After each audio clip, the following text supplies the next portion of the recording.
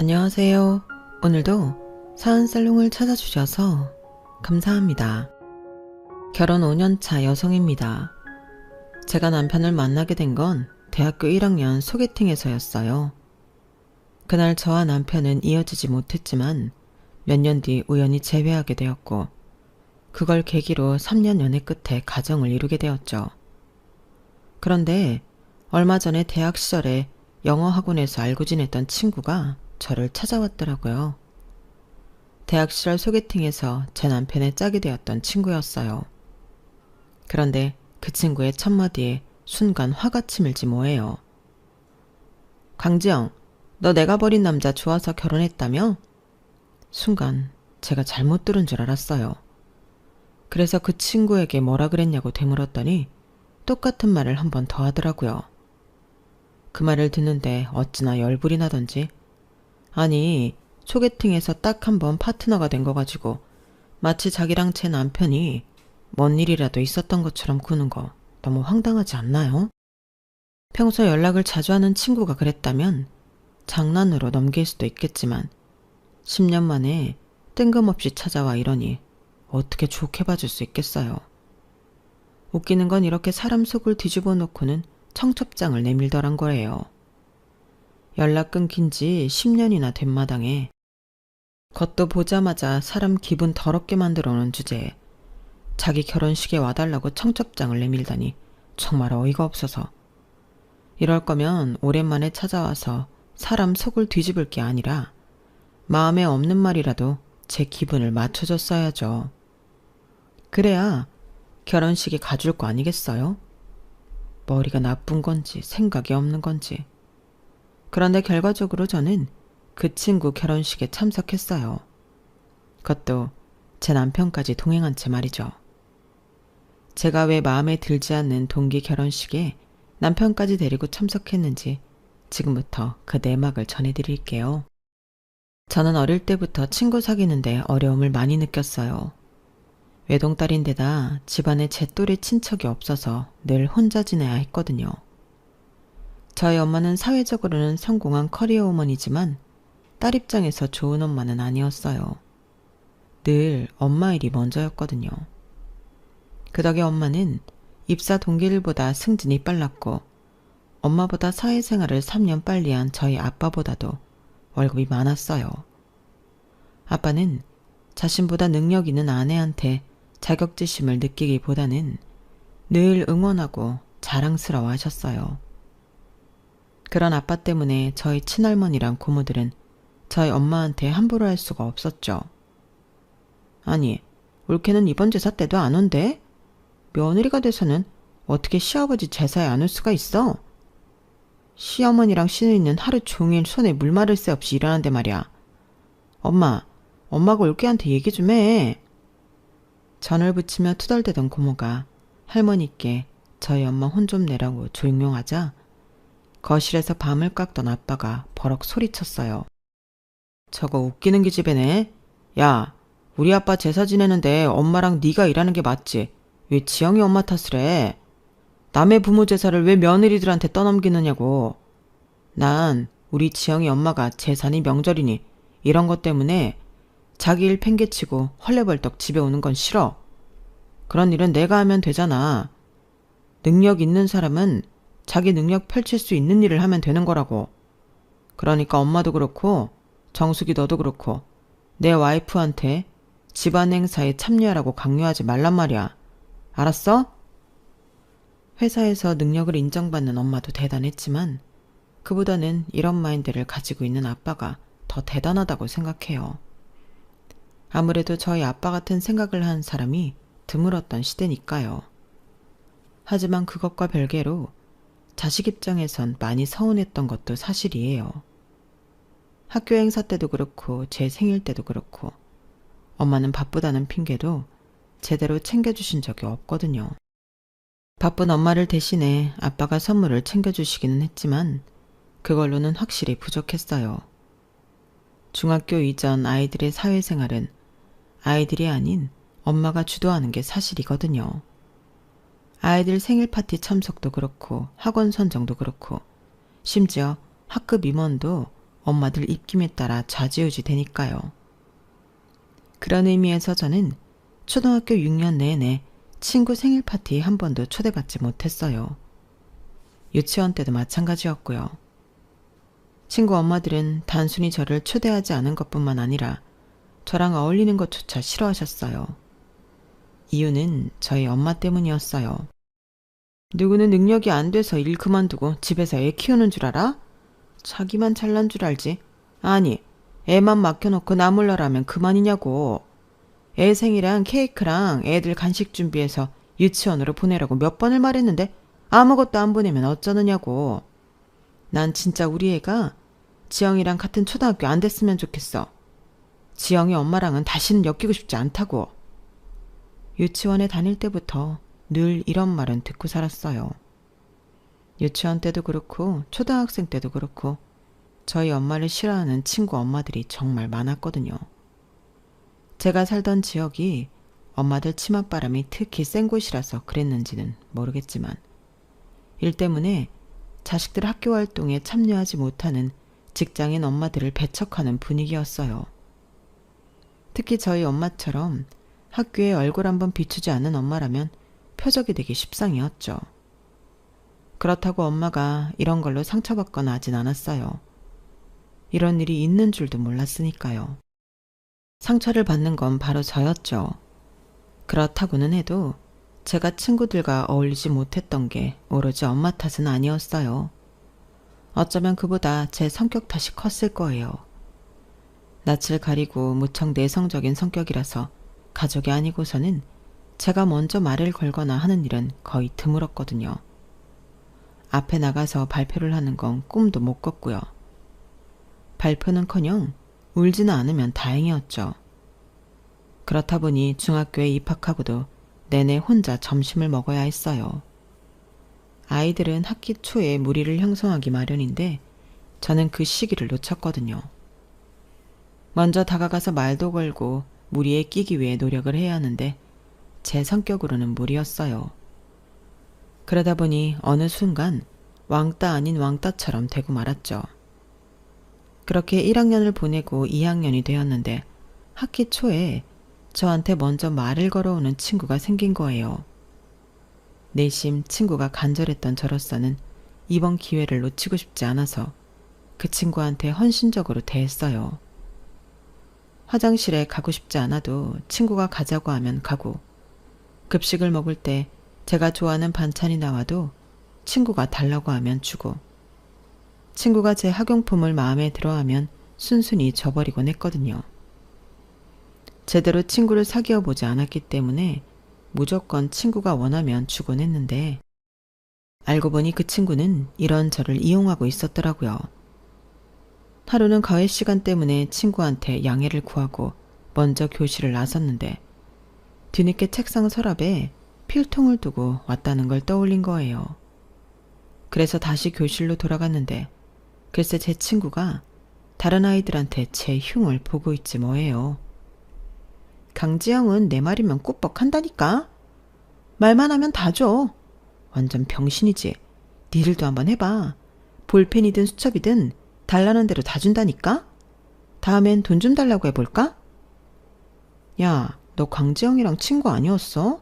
그런데 왜 애를 그렇게 괴롭히냐? 누가 친구래. 왕따년 불쌍해서 놀아주는 거지. 내 친구가 그러는데 걔 초등학생 때부터 왕따였대. 성격이 이상하니까 그런 거 아니겠어? 왕따 당하는 애들은 다 이유가 있다니까. 복도에서 그 말을 듣는데 다리가 후들후들 떨렸어요. 나는 자기를 친구라고 생각했는데 어떻게 나한테 이럴 수 있지? 서운하기도 하고 그런 애한테 놀아난 내 자신이 한심하게 느껴졌어요. 쉽게 마음을 열지 말 걸 그랬다고 집에 돌아가는 내내 자책했어요. 그리고 다음 날부터 저는 그 친구와 밥도 따로 먹고 말도 섞지 않았어요. 그랬더니 앞장서서 제 흉을 보고 다니더라고요. 그러거나 말거나 신경 쓰지 않았더니 몇 달 그러고는 잠잠해지더라고요.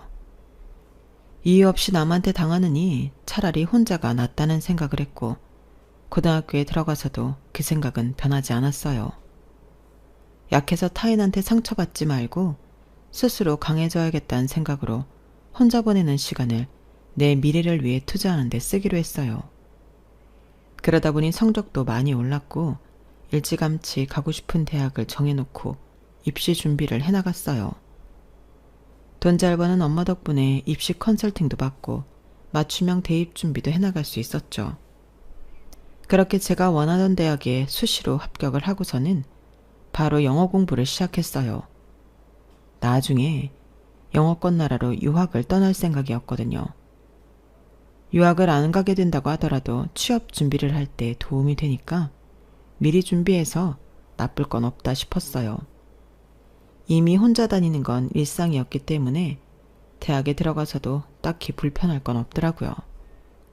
오히려 더 좋았어요. 따로 담임 선생님이 있는 것도 아니고 한 교실에 모여 똑같이 점심을 먹고 똑같이 수업을 받지 않아도 됐으니까요. 각자 선택한 강의 스케줄에 따라 따로따로 움직이니까 꼭 무리지어 다닐 필요도 없고 과에서 공동으로 하는 활동에만 참여하면 되니까 저로서는 이보다 좋을 수 없더라고요. 대학 생활에 대한 스트레스도 없고 강의 시간을 제외하고 나머지 시간을 내 마음대로 운용할 수 있는 것도 좋았어요. 저는 주로 남는 시간에 영어학원에 다녔는데 거기서 한 친구를 만나게 된 거예요. 강쌤이라는 친구였는데 모 여대에 다니면서 저처럼 유학을 염두하고 영어 공부를 하고 있었어요. 성격도 밝고 좋고 싫고가 확실한 타입이라서 남의 뒷담화를 하거나 누굴 괴롭히는 성격은 못 되는 친구였어요. 무엇보다 치안 척을 하지 않아서 좋더라고요. 꽤 가까워졌다고 생각했는데도 먼저 전화번호를 묻지도 않고 친하다는 이유로 사적인 걸 묻거나 하지도 않았어요. 사람들과 잘 융화하는 편이지만 지켜야 할 선은 지키는 느낌이었죠. 그런 점이 마음에 들어서 제가 더 다가가게 되더라고요. 그런데 하루는 세미가 제 전화번호를 묻는 거예요. 세미가 고작 전화번호 하나 물었을 뿐인데도 이상하게 기분이 좋더라고요. 이제 우리가 그 정도 친분은 된다는 의미 같았거든요. 그래서 흔쾌히 알려주었어요. 주말에 시간 되면 소개팅 할래? 어쩌면 서울대 경영학과 애들이랑 소개팅을 하게 될지 모르거든. 글쎄, 난 소개팅은 해본 적이 없어서. 잘 됐네. 그럼 이번에 한번 해봐. 소개팅이 별거니? 만나서 하루 노는 거지 뭐. 나이 들면 이런 것도 못한다고. 그럼 지영이 너도 하는 걸로 알고 있을게. 그렇게 얼떨결에 소개팅을 하게 되었어요. 막상 약족장소에 나가보니 저 외에도 같은 영어학원 친구들이 몇 명 더 나와 있더라고요. 나한테만 소개팅을 권한 게 아니라 그냥 같은 수업을 받는 여자애들한테 다 권했던 거였죠. 내심 실망했지만 그렇다고 세미를 탓할 수는 없었어요. 제가 혼자 김칫국을 들이마신 셈이니까요. 그건 그렇고 상대편 남학생들을 보니 딱히 마음에 드는 사람은 없더라고요. 그래서 그냥 잠깐 시간을 때우다 들어가야겠다 생각했는데 그때 한 남학생이 뒤늦게 도착한 거예요. 바로 제 남편이었죠. 그날 남편은 단정한 옷차림에 수줍음 가득한 얼굴이었는데 그 모습이 제 마음에 들었어요. 저 친구랑 파트너가 되면 좋겠다고 생각할 정도로요. 하지만 그런 마음을 가진 사람이 저 혼자만은 아니라는 게 문제였죠. 세미도 제 남편을 마음에 두고 있다는 게 확연히 보였거든요. 세미는 키도 크고 얼굴도 예쁘고 무엇보다 성격이 시원시원해서 저와는 비교도 안 되게 돋보이는 아이였어요. 당연히 남학생들도 다들 세미랑 짝이 되길 바라는 눈치였죠. 어떤 방식으로 짝을 정할까 얘기를 하는데 갑자기 세미가 먼저 제 남편을 지목하더라고요. 남편은 세미의 지목에 놀랐는지 얼굴이 빨갛게 달아올랐어요. 수줍음이 많은 탓인지 대답도 못하고 난처한 표정이더라고요. 세미는 그런 남편 손을 잡아채더니 우린 먼저 일어날게. 나머지 사람들은 알아서 선택해. 그렇게 세미 손에 이끌려 남편은 세미와 함께 밖으로 나갔어요. 나가면서 저랑 잠깐 시선이 마주쳤는데 저는 황급히 눈을 피해버렸어요. 내가 자기한테 마음이 있다는 걸 들키기 싫었거든요. 쌤이랑 남편이 나간 뒤 남은 사람들끼리 파트너 결정을 했어요. 직접 지목하는 건 좀 그래서 남학생들 소지품을 여학생이 고르는 방식으로 정했죠. 그렇게 저는 나머지 남학생 중 한 사람과 짝이 됐는데 그쪽도 그렇고 저도 그렇고 서로에 대해 별로 흥미를 느끼지 못해서 소개팅 장소에서 몇 마디 나누다가 각자 집으로 돌아갔어요. 당연히 애프터 신청 같은 건 없었고요. 며칠 뒤 영어학원에 갔더니 세미와 여학생 몇몇이 그날 소개팅 얘기를 하고 있더라고요. 2명인가는 애프터 신청을 받았다며 계속 만나볼 생각이라고 했고 저도 그렇고 다른 한 친구는 그날 헤어진 이후로 연락이 없었다고 했어요. 제 관심사는 단연 쌤이었어요. 난 일단 킵해두려고. 보니까 집도 꽤 사는 것 같더라. 그날 입고 나온 옷 브랜드도 그렇고 대학 합격 선물로 받은 차도 있더라고. 걔는 당장 나랑 사귀자는데 고작 소개팅 한번 했다고 바로 사귀는 건 좀 모냥 빠지잖아. 지금 만나는 남자친구랑 깨지면 갈아탈까 생각 중이야. 그 말의 순간 저도 모르게 말이 튀어나갔어요. 쌤이 너 남자친구 있었어? 그러자 쌤이가 당연한 거 아니냐는 표정으로 저를 보더라고요. 없을 거라고 생각했어? 나 정도 되는 여자가 남자친구가 없다는 게 말이 되니? 지영이 너 은근히 날 무시하는구나? 내가 넌 줄 아니? 아니 그런 게 아니라 남자친구가 있으면 소개팅을 할 리가 없으니까. 얘도 참, 넌 무슨 조선시대에서 왔니? 남자친구 있는 거랑 소개팅이랑 무슨 상관이야. 남자를 만나봐야 더 좋은 남자로 갈아탈 수 있는데 당연히 해야지. 순진한 척하는 거니 생각이 없는 거니? 이상하게 그날따라 세미가 저한테 공격적으로 군다는 느낌을 받았어요. 그리고 그런 제 생각은 틀리지 않았더라고요. 그날 이후부터 세미는 저를 빼고 나머지 수강생들과 어울렸는데 은근히 세미가 저를 무리해서 밀어내고 있다는 느낌이 들더라고요. 그러던 어느 날 같은 수업을 듣는 선배 언니 하나가 저한테 그러더군요. 너 세미랑 싸웠니? 요즘 세미가 너만 따시키는 것 같던데. 초등학생도 아니고 다 큰 어른들이 영어학원에서까지 평가를 길라다니 철딱서니도 없지. 암튼 나는 그런 거에 관심 없으니까 혹시라도 말 걸 사람 필요하면 나한테 와. 먼저 제게 다가와준 선배 언니한테 고맙긴 했지만 솔직히 저는 그 정도로 상처받을 사람이 아니었어요. 이미 어릴 때부터 이런 상황은 너무도 많이 당해봤으니까요. 차라리 신경 끄고 내 공부만 하면 그만이었거든요. 이후 레벨이 바뀌면서 저랑 세미는 반이 갈렸어요. 그리고 얼마 뒤 세미가 학원을 그만뒀다는 소식을 듣게 되었어요. 유학을 떠났다더군요. 세미가 유학을 떠나건 말건 그건 저와는 상관없었지만 소개팅 이후 제 남편과 사귀었는지는 조금 궁금하더라고요. 하지만 굳이 사람들한테 그걸 물어보고 싶지는 않았어요. 자존심이 상하는 일이니까요. 그렇게 시간은 흘러 세미의 존재에 대해서도 희미해질 무렵 생각지도 못한 장소에서 남편과 마주치게 된 거예요. 그날은 아빠 생신이라서 패밀리 레스토랑에서 식사를 하게 됐는데 저희 테이블에 주문을 받으러 온 아르바이트생이 제 남편인 거 있죠. 소개팅을 한 지 몇 년이 지났으면서 우리는 서로를 한눈에 알아봤어요. 저야 마음이 있었으니 그렇다 치지만 남편이 저를 알아본 거는 조금 놀랍더라고요. 식사를 마치고 가게를 나서는데 나도 모르게 자꾸 남편을 찾게 되더라고요. 그래서 고개를 빼고 두리번거렸는데 제 뒤에서 인기척이 느껴지는 거예요. 아빠는 차를 빼러 먼저 나섰고 엄마는 계산대에서 서 계셨는데 말이죠. 그래서 얼른 돌아봤더니 남편이 서 있더라고요. 그 사이 군대를 다녀왔는지 예전보다 몸이 다부지게 변했고 풋풋하던 모습은 사라지고 듬직한 느낌으로 변했더라고요. 남편은 약간 긴장한 표정으로 제게 연락처가 적힌 종이를 건넸어요.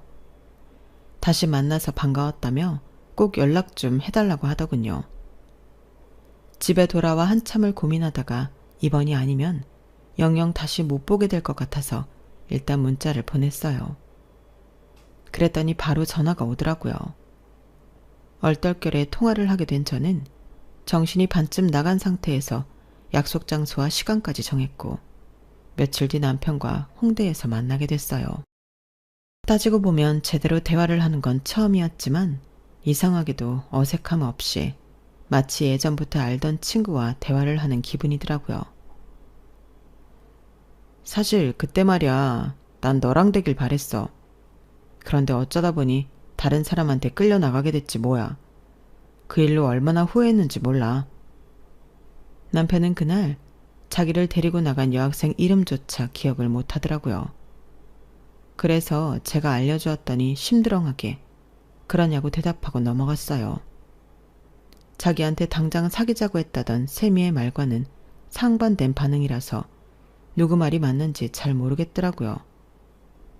세미 말로는 그때 사귀자고 했다던데 어떻게 그 사람 이름도 기억을 못해? 그러자 남편은 황당하다는 듯 그러더라고요. 내가 걔한테 사귀자고 했다고? 걔가 그래? 내가 자기 보고 사귀자 그랬다고?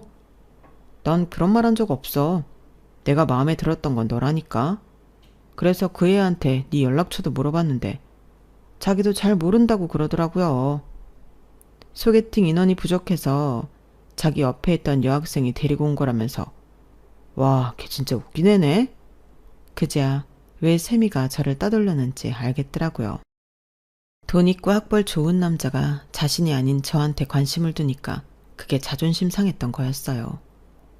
그런데 남편이 이런 말을 덧붙이더군요. 내가 군대 가기 전에 우리 집이 망했어. 동업자가 공금을 빼돌려 도망치는 바람에 아빠 회사가 부도가 났거든. 그런데 그 무렵에 그 여자애한테 연락이 온 거야. 자기랑 사귀자고 그러더라고. 그러면서 같이 미국 유학을 가자는데 솔직히 어이가 없더라고. 자기가 사귀자고 하면 내가 당연히 받아줄 거라고 생각하는 게 기분 나빠서 딱 잘라 말했지. 우리 집 망해서 유학 갈 돈 없다고. 그랬더니 그 후로는 연락이 없더라. 소개팅 때도 나보다 내 차에 더 관심이 많더니 결국 걔 관심사는 돈 많은 남자였던 거지 뭐. 남편은 그 말을 하면서 씁쓸하게 웃었어요. 그건 돈 때문에 세미가 자신과 연락을 끊은 것 때문이 아니라 현재 자기 상황 때문이었을 거예요. 자라면서 고생이라곤 한 번도 해본 적 없던 사람이 아버님 회사가 망하면서 그동안 겪어보지 못한 시련을 겪게 되었으니까요. 아들의 대학 합격 선물로 중형 차를 사줄 정도로 재력이 있던 아버님은 전 재산을 다 잃고 물류창고에서 경비 일을 하게 되셨으니 얼마나 착잡하겠어요. 비록 더는 부모님께 기댈 수 없는 처지가 됐지만 오히려 그랬기 때문에 남편은 일찍 세상을 알게 됐고 남한테 기대기보다는 자기 힘으로 세상을 헤쳐나갈 힘을 갖게 된 것 같아요.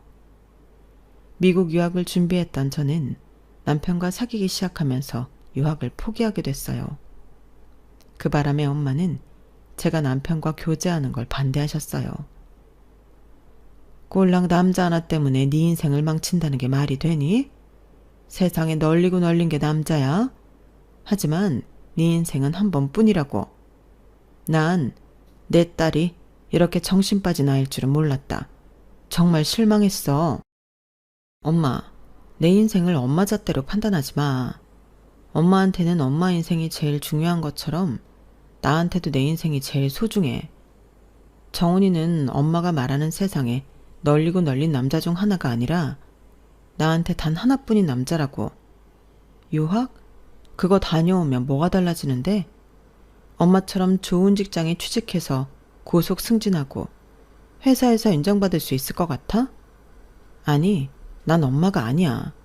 엄마처럼 남편이랑 자식도 내팽개치고 내 출세만을 위해서 살 자신이 없어. 나는 엄마처럼 성공한 직장인은 될 수 없지만 적어도 엄마처럼 실패한 아내이자 엄마는 되지 않을 자신 있다고. 그러니까 나한테 엄마 같은 삶을 강요하지 마. 나한테 엄마가 필요할 때는 단 한순간도 곁에 있어주지 않았던 엄마면서 내 인생을 좌지우지하려는 엄마가 이해가 안 갔어요. 그래서 3년 연애 끝에 엄마의 반대도 무릅쓰고 결혼을 해버렸어요. 남편은 이제 겨우 직장에 취직을 한 상태라서 가진 돈이 없었고 저는 직장 생활을 한 지 3년 차라서 모아놓은 돈이 조금 있긴 했지만 그렇다고는 해도 결혼 자금으로는 턱없이 부족한 금액이었어요. 아빠는 엄마 몰래 돈을 보태주시겠다고 했지만 받기 싫더라고요. 엄마한테 큰 소리 땅땅 쳐놓고는 결국엔 부모 도움받아서 결혼했다는 소리를 듣고 싶지 않았거든요. 그래서 월세 원룸에서 신혼을 시작하고 예식도 조촐하게 치렀어요. 신혼여행은 형편이 나아지면 가기로 했고요. 그렇게 5년 동안 남편과 저는 10원짜리 하나도 허투루 쓰지 않고 돈을 모았고 결혼 2년 만에 투룸짜리 전셋집으로 이사를 할 수 있었어요. 작년에 대출을 끼고 수원에 32평짜리 아파트를 장만했답니다. 남편 직장이 강남에 있어서 출퇴근도 가능한 데다 제 직장이 수원에 있어서 그렇게 결정한 거였죠. 사실 수원에 집을 사게 된 건 친한 언니 때문이었어요. 대학 시절 영어학원에서 만났던 언니인데 저와는 소울메이트 같은 사이거든요.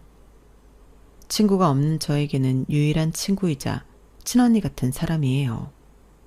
그런데 2달 전쯤이던가요? 그 언니가 쌤이 얘기를 하더라고요. 연락 끊긴 지 10년은 됐는데 뜬금없이 연락해서 제 연락처를 묻더래요. 그래서 일단 제 의사를 듣고 알려줘야 할 것 같아서 알아봐 주겠다고 둘러댔다더군요. 딱히 피할 일도 없을 것 같아서 그냥 알려주라고 했어요. 그랬더니 다음날 바로 전화가 왔더라고요. 그리 반가울 것도 없는 사이인데 세미는 호들갑을 떨며 반가운 척을 하더라고요. 그러면서 다짜고짜 만나자는 거예요. 솔직히 그닥 만나고 싶지 않아서 시간이 안 된다고 했더니 저희 회사로 오겠다지 뭐예요. 점심시간에 잠깐 만나서 얼굴만 보고 가겠다고요. 그래서 오든지 말든지 하라고 했죠. 그런데 이게 회사까지 찾아와서는 저를 보자마자 이러는 거 있죠? 강지영, 너 내가 버린 남자 좋아서 결혼했다며? 진짜 웃긴다. 그 남자가 그렇게 가지고 싶었니? 집도 망해서 완전 개털된 남자를? 어쩜 너는 그렇게 남자 보는 눈이 없니? 세월이 지나도 하나 변한 게 없다는 생각이 들더군요. 이런 얘기를 더 들어줘야 하나 싶던 그때. 나 다음 주에 결혼해. 미국 유학 가서 만난 남잔데 집이 엄청 부자야. 우리 아버님이 신혼집도 60억대 아파트를 해줬다니까? 지영아, 남자는 이런 사람을 골라야 하는 거야. 너 집은 있니? 혹시 전세 살이하는 건 아니지? 이게 사람을 놀리러 온 건지 지 결혼식에 와달라고 온 건지 분간이 안 될 정도로 막말을 짓거리지 뭐예요. 그런데 잠시 뒤 저희 앞에 벤츠 한 대가 멈춰서는 거예요. 그리고는 차창이 열리더니 세미한테 손을 흔들더군요. 차에서 내린 남자는 키가 세미보다 작았어요. 게다가 미안한 말이지만 인물이 정말 아니더군요. 남자가 점심을 사겠다고 해서 근처 일식집에 갔는데 둘이 어찌나 닭살돋게 하던지 밥이 입으로 들어가는지 코로 들어가는지 모를 지경이었어요. 밥을 먹는 내내 세미는 자기 시댁 자랑을 했어요. 미국에 집이 몇 채고 차가 몇 대고 아무튼 시종일관 돈자랑이었죠. 세미 말로는 얘랑이 미국에서 자기 아버지를 도와 부동산 관련 사업을 한다고 하는데 이번에 결혼을 하면 한국에 들어와 살 예정이라고 하더군요. 시부모님도 미국 생활을 접고 함께 한국으로 와서 살 예정이라나요? 그래서 요즘 투자를 목적으로 건물을 보러 다닌다네요. 굳이 알고 싶지 않은 세미의 시댁 재력을 세세하게 듣고서야 식사 자리는 끝났어요. 그런데 세미 얘랑이 이렇게 만나게 된 것도 인연이라면서 사진을 찍자고 하지 뭐예요. 그래서 억지로 사진 몇 장을 찍었어요. 그랬더니 회사에 들어오자마자 세미가 톡으로 사진을 보냈더라고요. 확 지워버릴까 하다가 내 남편과 확연히 비교가 되는 세미 일행을 보고는 그냥 뒀어요. 밤에 남편한테 보여주려고요. 그날 밤 낮에 세미랑 찍은 사진을 남편한테 보여주며 내 남편이 100배 1000배 낫다고 한삼 치켜재워주고 있었는데 남편 표정이 무섭게 변하는 거예요. 저는 제가 말 실수라도 한 건가 싶어서 쫄았는데 남편이 대뜸 그러지 뭐예요? 결혼식에 남자 부모님도 온다 그랬다고? 미국 생을 정리하고 한국에 들어와 살 생각이래. 근데 그건 왜 물어? 그러자 남편이 눈시울이 붉어진 채로 그러는 거예요. 사진 속 남자는 아버님 동업을 하던 사람 아들이라고요. 언젠가 남편이 말했던 그 사람이었어요. 아버님 회사 공금을 빼돌려 해외로 도망쳤다는 그 동업자요. 일반적으로 공금 횡령 시효는 5년이지만 해외에 나가 있었다면 한국을 떠난 시점부터 시효가 멈추니까 이번에 돌아오면 잡을 수 있다더군요. 일단 당신은 결혼식장에 가서 그 인간들 도망 못 가게 살피고 있어. 난 아빠랑 경찰 데리고 갈 테니까.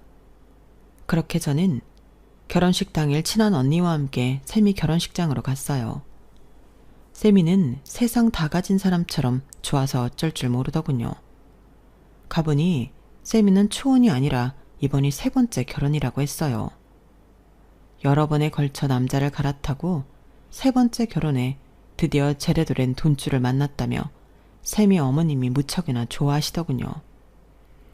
어쩌면 세미랑 똑같은 사고방식을 가지셨는지 이래서 피는 못 속인다고 하나 봐요. 저는 혹시라도 세미 시아버지가 자리를 뜰까봐 매의 눈으로 지켜봤고 드디어 결혼식이 시작됐어요. 신랑 입장에 이어 신부 입장이 시작됐는데 세미가 버진로드를 절반쯤 갔을 때 제 남편과 시아버지 그리고 경찰이 예식장 안으로 들이닥쳤어요. 박덕백 씨, 공금 횡령 및 사기 혐의로 체포합니다. 경찰이 세미 시아버지 손에 수갑을 채우자 예식장 안은 순식간에 난리가 났어요. 세미는 주저앉아 펑펑 울고 세미 어머니는 이게 웬 망신이냐며 사위 등짝을 백으로 때려댔죠. 그 와중에 저희 시아버지를 본 세미 시아버지는 귀신을 본 것처럼 놀라서는 횡설수설 변명을 늘어놓았어요. 저라면 그런 인간을 한 대 쳤을 텐데도 아버님은 주먹을 꽉 쥔 채 꾹 참으시더라고요. 이런 상황에 주먹을 휘둘러 봐야 아무 도움이 안 된다는 걸 알고 계셨으니까요. 그날 세미의 결혼은 파토가 났고 저희 아버님은 변호사를 고용해 세미 시아버지를 상대로 소송을 진행하셨어요. 남편 말대로 공소시효가 아직 안 끝난 사건이라서 소송을 통해 돈을 돌려받을 수 있을 거라고 하더군요. 세미와 다시 만나게 됐을 때는 기분이 참 더러웠는데 이렇게 저희 집안에 큰 행운을 가져다 줄지 누가 알았겠어요. 그런 의미에서 세미가 우리 집안의 은인이 아닌가 생각합니다. 물론 본인은 의도하지 않은 일이었겠지만요. 이번 일을 겪으면서 그런 생각을 했어요. 죄 짓지 말고 착하게 살아야겠다라고요. 순간은 모면할 수 있을지 모르지만 언제고 자신이 지은 죄값은 치르게 되니까요. 지금까지 제 사연을 들어주셔서 감사합니다. 여러분들의 주변에 좋은 인연들이 많이 있길 바랍니다. 건강하세요. 여러분, 사연 댓글에 응원과 현명한 조언 부탁드려요. 좋아요와 구독은 저에게 큰 힘이 됩니다. 오늘도 좋은 일 가득하세요.